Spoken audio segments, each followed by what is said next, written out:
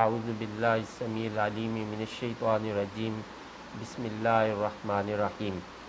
الحمد للہ رب العالمین والصلاة والسلام علی سید الانبیاء والمرسلین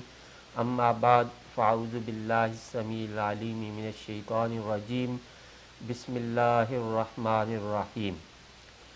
زین للناس حب الشہوات من النساء والبنین والقناطیر المقنطرۃ من الذہب والفضہ والخیل المسومۃ والانعام والحرث ذالک متاع الحیاۃ الدنیا واللہ عندہ حسن المآب صدق اللہ العظیم رب اشرح لی صدری ویسر لی امری واحلل عقدۃ من لسانی یفقہوا قولی۔ السلام علیکم ورحمۃ اللہ وبرکاتہ۔ سورہ آل عمران کی آیت نمبر 14 ہم نے پچھلے سبق میں پڑھنے کی سعادت حاصل کی اور اس کا ترجمہ پڑھا۔ آج اس آیت مبارکہ میں اللہ کریم نے جن 6 چیزوں کا ذکر فرمایا ہے ان کا اختصار کے ساتھ ذکر کروں گا۔ سب سے پہلے اس قرآن پاک کی آیت کا ترجمہ پیش کروں گا۔ زین للناس آراستہ کی گئی لوگوں کے لیے، حب الشہوات ان کی خواہشوں کی محبت، یعنی من النساء عورتیں، والبنین اور بیٹے، والقناطیر المقنطرۃ اور خزانے جمع کیے ہوئے، من الذہب والفضۃ سونے اور چاندی کے، والخیل المسومۃ اور نشان زدہ گھوڑے، والانعام اور چوپائے، والحرث اور کھیتی۔ ذالک متاع الحیات الدنیا، یہ سب کچھ سامان ہے دنیاوی زندگی کا، واللہ عندہ حسن المآب، اور اللہ ہے جس کے پاس اچھا ٹھکانہ ہے۔ اس آیت کریمہ میں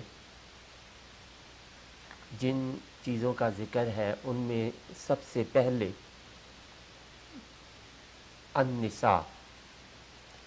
یعنی عورتوں میں سے، یعنی مردوں کے دلوں میں عورتوں کی محبت رکھ دی گئی۔ سورہ روم کی آیت نمبر 21 میں اللہ کریم نے ارشاد فرمایا وَمِنْ آیَاتِهِ أَنْ خَلَقَ لَكُم مِّنْ أَنفُسِكُمْ أَزْوَاجًا لِتَسْكُنُوا إِلَيْهَا وَجَعَلَ بَيْنَكُم مَّوَدَّةً وَرَحْمَةً، اور اس کی نشانیوں میں سے ہے کہ اس نے تمہاری ہی جنس سے جوڑے پیدا کیے تاکہ تم ان سے سکون پاؤ، اور تمہارے درمیان محبت اور رحمت رکھ دی۔ سنن نسائی میں ہے، حضرت انس رضی اللہ تعالیٰ عنہ روایت فرماتے ہیں کہ نبی کریم رؤوف الرحیم صلی اللہ علیہ وسلم نے ارشاد فرمایا، دنیا کی 2 چیزوں کی محبت میرے دل میں رکھ دی گئی، عورتیں اور خوشبو، اور میری آنکھوں کی ٹھنڈک نماز میں ہے۔ صحیح مسلم شریف کی حدیث طیبہ ہے، حضرت عبداللہ بن عمر رضی اللہ تعالیٰ عنہ نے ارشاد فرمایا، خیر متاع الدنیا المرأۃ الصالحہ، دنیا کی سب سے بہترین متاع وہ نیک اور صالح عورت ہے۔ اس سے اندازہ ہوتا ہے کہ نبی کریم رؤوف الرحیم صلی اللہ علیہ وسلم کی نگاہ مبارک میں عورت کا کیا مقام تھا۔ عورت ناپسندیدہ چیز نہیں کہ جیسے دوسرے مذاہب میں سمجھا جاتا تھا کہ وہ شیطان کی اعلیٰ کار ہے، بلکہ اگر عورت اچھی ہے تو اس سے بڑھ کر دنیا کی کوئی نعمت نہیں، اور اگر وہ بری ہے تو اس سے بڑھ کر اور کوئی نقصان دہ چیز نہیں۔ اسی طرح بخاری شریف کی حدیث طیبہ ہے، سرکار دو عالم صلی اللہ علیہ وسلم نے ارشاد فرمایا، میں نے اپنے بعد عورتوں سے بڑھ کر کوئی فتنہ ایسا نہیں چھوڑا جو مردوں کے لیے سب سے زیادہ نقصان دہ ہو۔ حضرت ابو امامہ رضی اللہ تعالیٰ عنہ سے روایت ہے کہ نبی کریم رؤوف الرحیم صلی اللہ علیہ وسلم نے ارشاد فرمایا، خدا کا مومن بندہ خدا سے تقوی کے بعد جو چیز سب سے زیادہ بہتر اپنے لیے منتخب کرتا ہے وہ نیک بخت عورت ہے، جس کو وہ حکم دے تو وہ اس کی بات فوراً مان لے، اس کی طرف دیکھے تو اس کا دل خوش کر دے، اس کو قسم دے تو وہ اس کی قسم کو پورا کرے، اگر وہ گھر سے غائب ہے تو اپنی عزت اور اس اپنے خاوند کے مال کی حفاظت کرے۔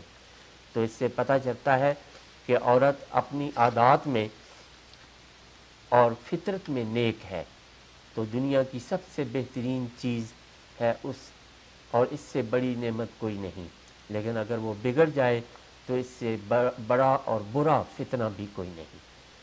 پھر دوسری چیز جو اس آیت طیبہ میں بیان کی گئی، والبنین کا ذکر فرمایا کہ بیٹوں کی محبت۔ اللہ تعالیٰ نے انسان کو بیٹے عطا فرمائے اور وہ اس کے حق میں نعمت قرار دیا،